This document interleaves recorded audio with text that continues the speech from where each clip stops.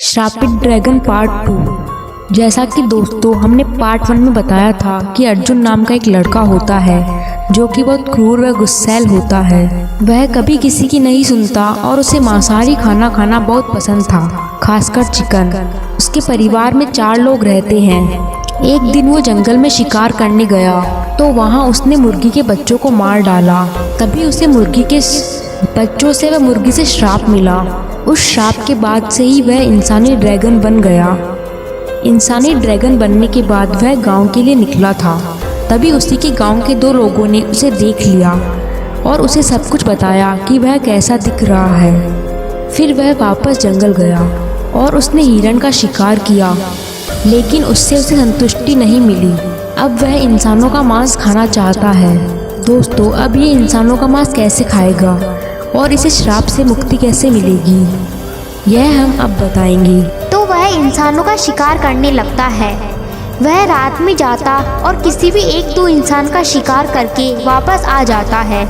ऐसा उसने 3-4 दिन तक लगातार किया। गांव के लोग गायब होने लगते हैं। सभी को डर लगने लगता है। सभी लोग इकट्ठा होकर गांव की सरपंच के पास जाकर चर्चा करते हैं। उधर अर्जुन के परिवार वाले भी परेशान होने लगते हैं क्योंकि अर्जुन घर से गायब था।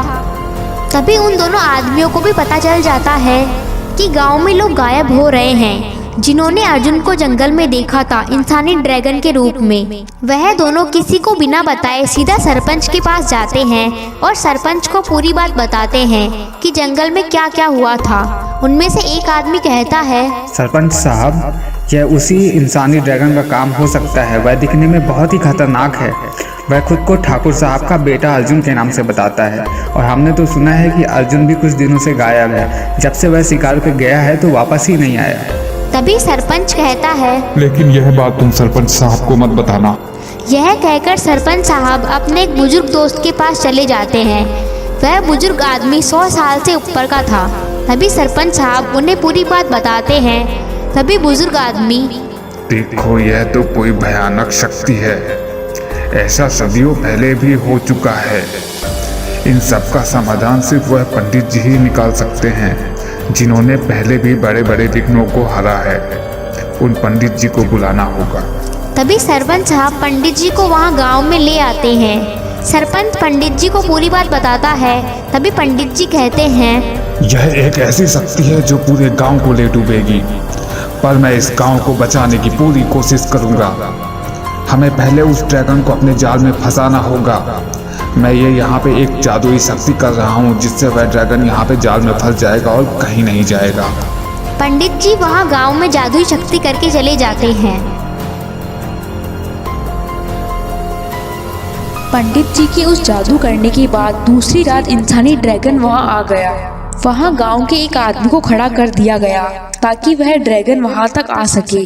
सभी गांव वाले वहीं छुपे हुए थे। तभी इंसानी ड्रैगन, अरे वाह, आज तो शिकार खुद ही मेरे पास चलकर आया है। यह आदमी तो मुझसे डर भी नहीं रहा, ना ही भाग रहा। शायद इसे पता ही नहीं मैं क्या करने वाला हूँ।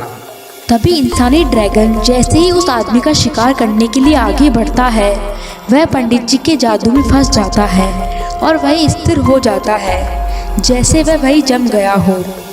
वह ना ही हिल पा रहा होता है और ना ही आगे चल सकता।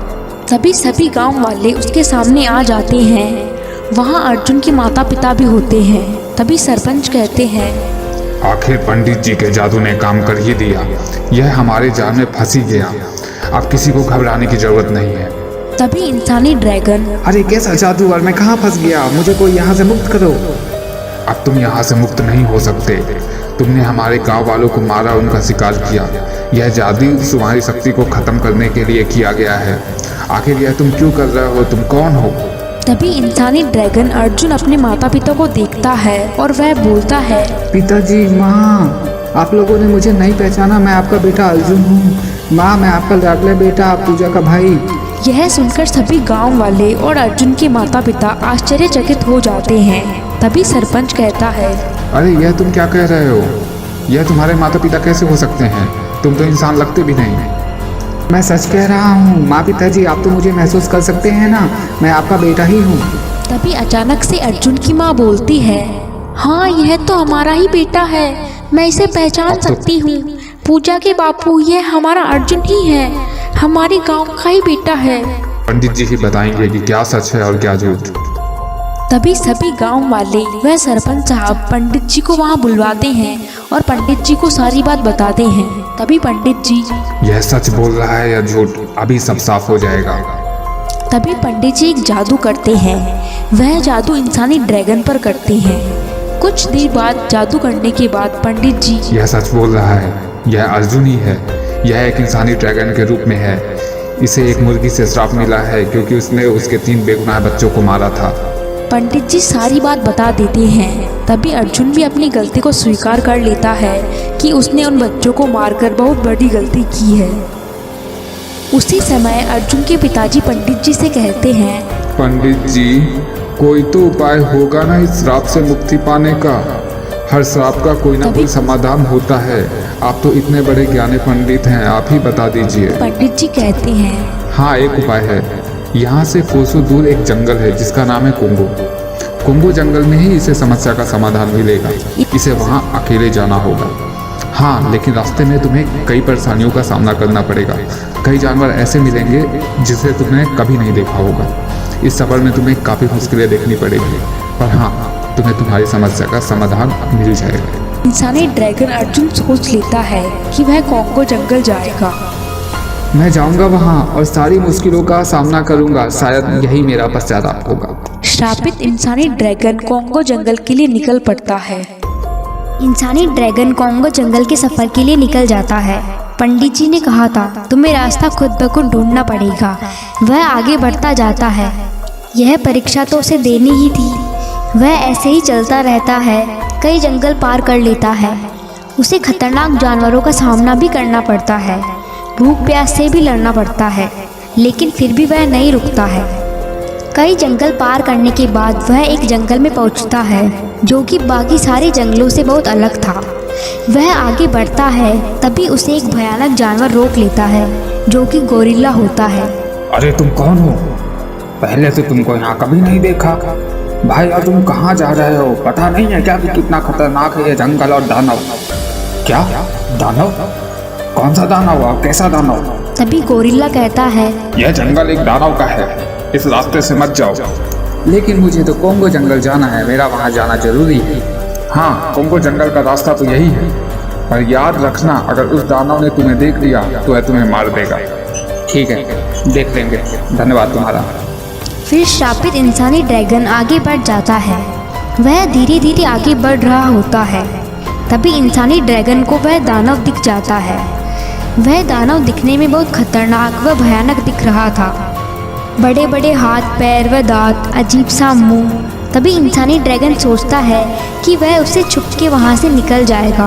वह दानव से छुपकर आगे बढ़ने लगता है। तभी उस दानव की नज़र इंसानी ड्रैगन पर पड़ जाती है। उतने में वो पीछे से चिल्लाकर बोलता है, अरे ओ अजीब जानवर, कहाँ जा रहा है तू? और तेरी हिम्मत कैसे हुई मेरे जंगल में जाने की? दानव जी, मुझे पता नहीं था कि ये आपका जंगल है। मुझे तो सिर्फ कोंगो जंगल जाना है जिसका रास्ता यहीं से है, इसलिए मैं जा रहा हूँ। मैं यहाँ से दोबारा कभी नहीं आऊँगा।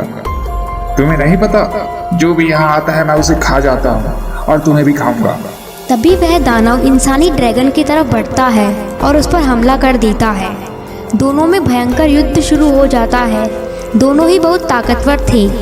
धीरे धीरे वह दानव कमजोर पड़ने लगता है और इंसानी ड्रैगन से कहता है, कृपया करके मुझे छोड़ दीजिए, मुझसे गलती हो गई। इंसानी ड्रैगन उसे छोड़ देता है। तभी वह दानव पीछे से कहता है, वाह, मान गए तुम्हारी ताकत को। आखिर तुम कौन हो और कहाँ से आए हो?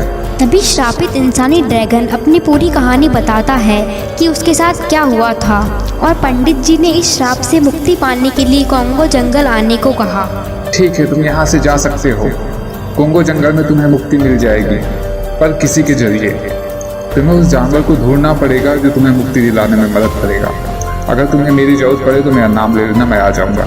इंसानी ड्रैगन जैसे ही वहाँ से जाने लगता है, तभी दानव उसे आवाज़ लगाता है और कहता है, और हाँ, याद रखना, यहाँ से आगे जाओगे तो तुम्हें एक मेरे से भी बड़ा दानव मिलेगा जो मेरे से भी ज़्यादा खतरनाक है।